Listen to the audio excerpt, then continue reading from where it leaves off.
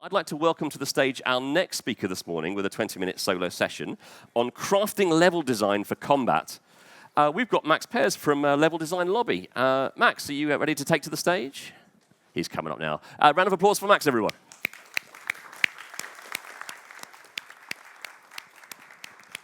So thank you all very much for coming to this talk. Before we get into this, though, can we just have a huge round of applause for everyone who works really hard to make this the best experience for all of us as well. So thank you all very much for coming. I have a lot to talk about in a very small amount of time, so I'm going to be going quite rapid throughout it. But the main focus is how do we best facilitate combat when we're designing that of our levels. Now with this, there are a few outcomes that I want you all to take away as I progress through this talk. First, what is the role of level design? There is a lot of teams involved in that of making combat itself, but what is it that we need to do to facilitate combat in that of the role of level design itself? Now, what is an encounter? It takes many different forms. There are many different games out there that all use different types of encounters. And then finally, that of how do we prepare our levels for combat? What do we actually need to think about to best make our levels best work for the combat within the games that we are making? Now, before we get into this, we'll talk a little bit about me, my experience working with combat, and my understanding of what I've learned throughout my career as well. Now, I've been in the industry now for over 10 years, worked on a range of different titles, from mobile, indie, AAA, much more. I've got to work with incredible different teams on incredible different projects, most recently with the upcoming release of the DLC of Cyberpunk Phantom Liberty as well. And all of this really comes from the perspective of me being that of a level designer. I'm currently a contractor as well, which has allowed me to work with more teams around the world and really understand how they best work and best to help them. Now, when it comes to the role of level design, though, it really does. All right, hold on a second, team. There we go. It really does depend on each studio that you're facing, really. But generally, the way to think about it is that we are the architects of the virtual world alongside that of concept art and environment art as well, making sure that there is style and substance to the world because this is the playable spaces that we are creating, making sure it facilitates that of the gameplay that the player is going through and exploring. And while they're exploring, it's on us to help guide the player throughout these levels, making it clear that they understand their goals and how best to achieve them by controlling the flow of the mission, understanding when it's time to raise the player's heartbeat, but also a chance for them to catch their breath as well. And of course, we do this by scripting the events as well. But when it comes to that of the role of level design in combat, we need to make sure that we facilitate the combat, that there is enough space for it to actually take place and happen, that we need to provide choice for the player, give them agency so they feel that they are in control, that they are making an impact on the challenge ahead of them, as well as keeping the player engaged while doing this, making sure that it feels fresh, new, not only in the perspective of our levels, but the overall game experience as well.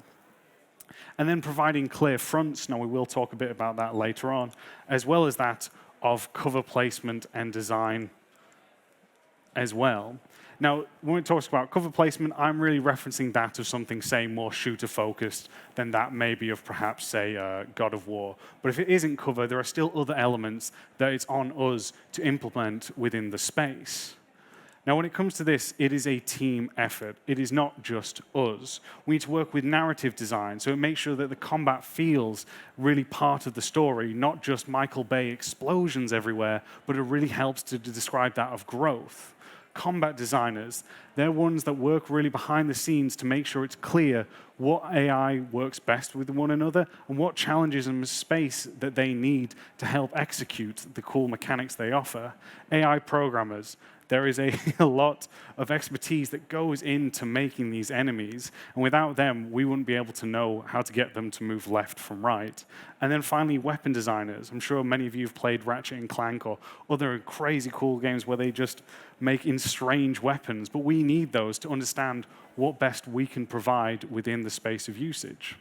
Now, when it comes to understanding this as well, we need to understand the AI itself, really understanding that of the elements of what it is that we need to to use and combine different AIs together from this, understanding what can we use to best highlight the enemy's weakness as they are going through our space, as well as using it for dangers of the environment.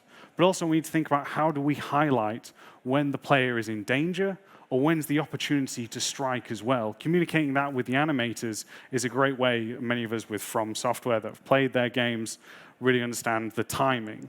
So it's all of that, so when we combine them together, that makes it feel that when the player makes a mistake, they're mad because they haven't learned the patterns and don't blame us as they think that we're out to get them.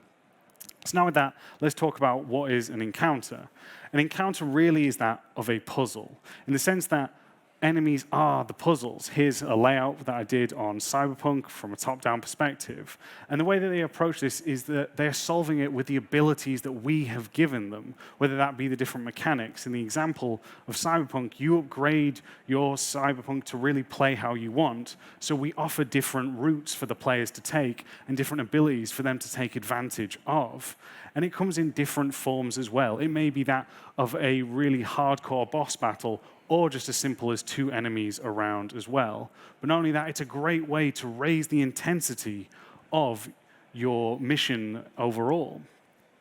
Now, when we think about this, there's a lot to think about as well in how we mix this up. And that really comes from the objectives. We can change the way that players move through the spaces, whether that's on the back foot, having to defend, or putting the player on the offensive as they're off to kill a certain amount of enemies. But we can also change it up as well by making them solely focus on a certain aspect of the level, whether that's destroying a certain object or trying to weave past enemies that are stopping you from chasing down a certain enemy as well. Again, a simple objective change can have a big impact on the overall encounter as well. So another element to think about is not just the objective, but the solutions that we can give to the player, whether that ranges from stealthily taking the enemies out or just going on in, guns blazing, non-stop. Really, it's up to us to figure out the best way to spice this up, as I said, through objectives or through that of how we solve the puzzles as well. Now, where encounters take place is through different areas. Really, it can be that in main missions or that of the open world. The big thing is the player won't necessarily feel it, but you will feel it as an LD because you won't necessarily say have the same budget from a main mission versus an open world event. Your space will be more limited. But just because you're limited on certain things doesn't mean that you are limited on creativity. So really think about when you're going through and really expanding on your encounter, how can you best make use of it from this? No, I'm just going to skip that one. But the really important thing is encounters really are well-crafted combat. These are the memorable moments that we need to make the player really take their breath away, cause stress for the player, or that of something that they can brag about to their friends. But in order to make these memorable, there's a lot of things that we have to understand. The first one really is that of the 3 Cs, thinking that of controller, camera, and character. Understanding all of that will then impact and change that of your actual levels as well. There is much more understanding your enemy types, how they best work together, understanding the best ranges, which we'll talk about a little bit further on. It's also important for us to think about how can we solve these as well. What kind of beats do we have? Do we have a constant wave of enemies, or do we have a certain enemy encounter and then a low beat, allowing the player to catch their breath? Again, changing up the pacing for it. Which brings us on to, sorry guys, we've misaligned the text on this one, that of engagement versus the level duration, right? When you can see, when you look at this as a basic graph here, you can see that combat generally for players is more engaging because you need to make split-second decisions in order to progress versus, say, something like a cutscene, which you can still bring intensity and engagement, but the player can put the controller down versus needing to have the controller in their hand as they're being shot at. Now, when it comes to setting up these kind of combat areas, whose responsibility is it? It can range from the encounter/combat team as well as that of the level design team. I will say I do think it's hilarious that there's one kid in that picture who's using rubber nunchucks but has a face guard. Clearly there were some mistakes there made. But the other thing is making sure when we are setting this up is communication. Because otherwise we can set up bad areas that the player can cheese it with and really break that immersion and really lose that factor of how dangerous this combat can be. So communicate with your team. The big takeaways from what an encounter is, it is well-crafted combat. It's really important to make sure that we pace this overall. We don't want good combat just to be waves and waves and waves and waves and waves, and that's it. We need to know when to give the player a moment to breathe. Really increase your communication for this, because at the end of the day, it takes a miracle and a lot of people to make video games. So communication is vital. And remember, teamwork makes the dream work. So let's go talk about that of the overall level design and what you need to think about as you're making your level itself. The first one is understanding your metrics. This is the foundation for all levels. It's such a super important element, yet not many people talk about it. We need to know how much space is given to that of the players so they can best use that when we're, given to the LD, so we can best use that for that of facilitating that of, say, our architecture. But not just that, but also, say, elements like cover, when we can offer such things as low cover to high cover as well, making sure that it is readable for the players so they know which cover, what options they have as they progress and move through. Not only that, but the spacing between cover. Cover buffer is also known. This is the moment where we give the chance for players to decide which cover are they moving on to. Because at the end of the day, we need to make it feel that risk versus reward. So when players go to move to something strategical, they also feel it comes that sense of danger as well. But also highlighting for the player what kind of paths are available to them. The main path, or say that of the side path, which may be a flanking route. We do that all through metrics, again, really showing the importance of readability and spacing for it. But also we've got the weapon metrics as well, understanding how long each range has for different weapons on this. This gives us a great chance to experiment. If we want the players to get something close and personal, we make a smaller space because of this. We allow them to use shorter range weapons, say like a shotgun, versus that of a more long range encounter like a sniper rifle. Changing and using this can really spice up your combat as well. Decision points are super vital as well, as these allow us as the player to observe what are the challenges in front of us.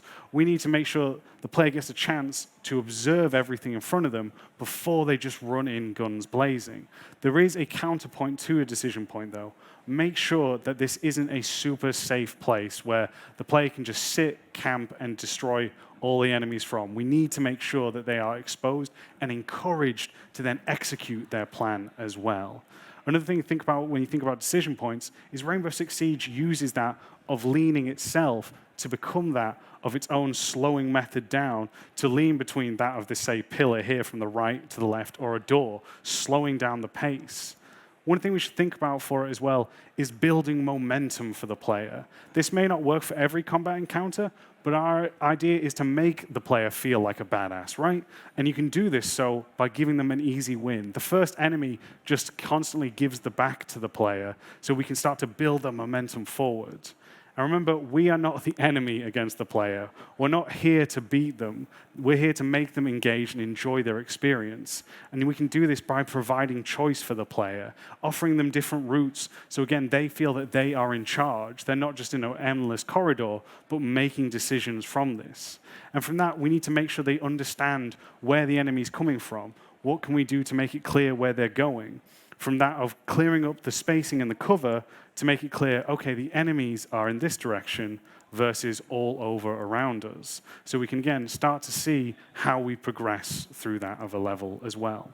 Now, Gears of War did a great thing with changing your fronts. So once you progressed to the end of a level, they might reward you with a turret, so then you could go turn and face the area you've just came. Another thing to think about is mixing up your covers. We talked about high cover and low cover, but really mixing them up can, again, create such a great place for players to decide and, again, have a better decision from this. Another one is elevation. Remember, it's easier to shoot down than it is up, but also we can tie that in with our narrative, giving that emotional beat if we're entering the pits of hell or if we're having a redemption arc going through the story as well. And we've all seen that of these red barrels as well, and we can use them to make, again, the player feel much smarter because of this. So there's a lot to think about, and those are only just a few elements when we're making level design for combat. So just remember that iteration is key. The only way your encounter is going to get better is if you keep play testing, communicate with your teams. Eventually, all of this can really help to make it a much better experience. And then the final aspect we're going to talk about is the tempo of an encounter. Each game is different, so the speed that they're going to tackle this is very different as well. So it's on us to figure out how do we slow this down. This can come from the systems, where it's like Division, where we are a cover shooter, so you have to take cover, slowing the players down from movement, versus that of Doom, where you're rewarded with that of resources by going in and killing people as violently as possible. But all of that comes down to how we determine how fast we want the player to move. But we can do this as well with cover density. By having more or less, it allows us to decide if players are going to stick behind certain things or move through freely, flowing like water, to start to move from one another. Or we can have special moves with more gruesome ways to encourage, again, that closeness for it. But if we also want to help encourage players to move different ways, then make sure the mechanics are different as well, that they cross over from that of exploration towards that of combat as well. And the final thing that we can really add upon this is the actual shape of the rooms we build. If you look at a lot of Call of Duty, theirs has a lot of figure-8 movement, encourage both forward pressure and backwards movement as well.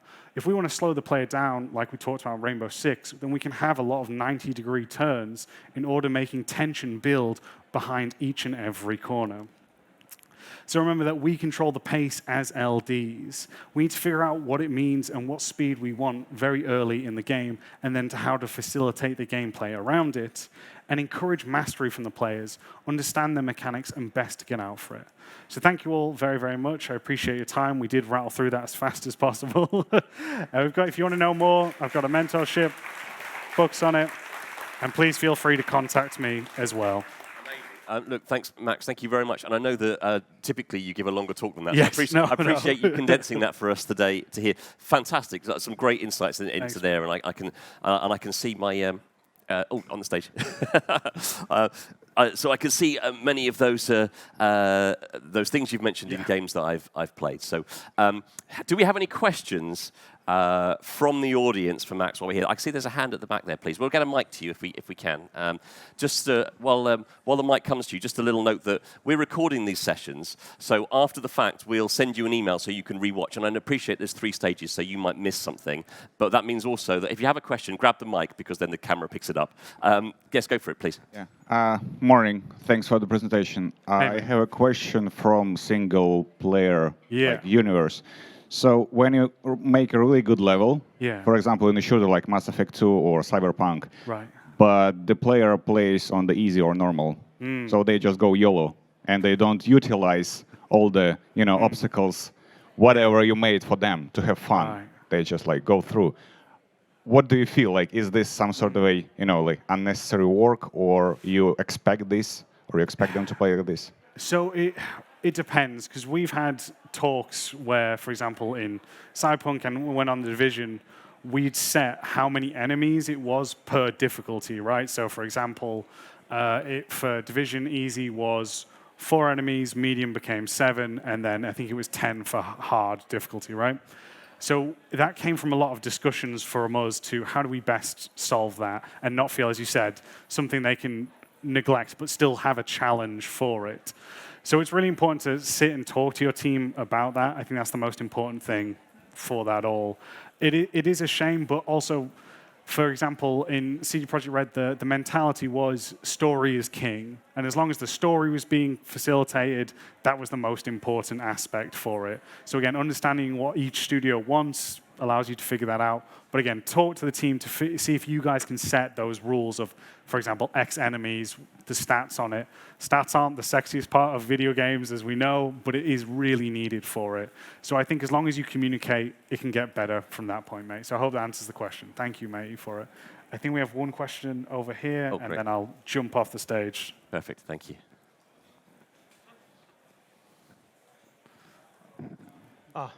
Sorry. Okay.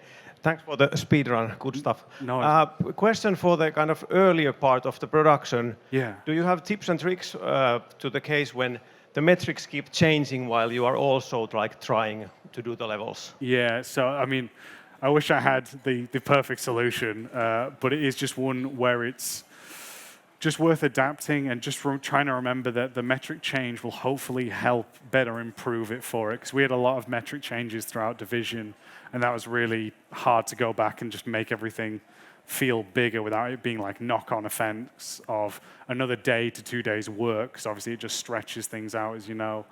I think it's just one where as long as the team accepts that and there's no silly deadlines or pressures from higher up, it's just best to be adaptable and flexible, and also use that time for you to test your metrics as well and go, because at one point on Cyberpunk, 3 meters was our corridors, and we're like, actually no combat works here, and we expanded it to 4 meters, and that ended up being better. So my advice is ride with it, use it time to break it down healthily, and just communicate with higher ups from it. So I hope that helps there, mate, for it. So yeah, okay, my time is up. I can see it. So thank you so much. Thank you very much. Thanks very much. Appreciate it. Mate. Appreciate it.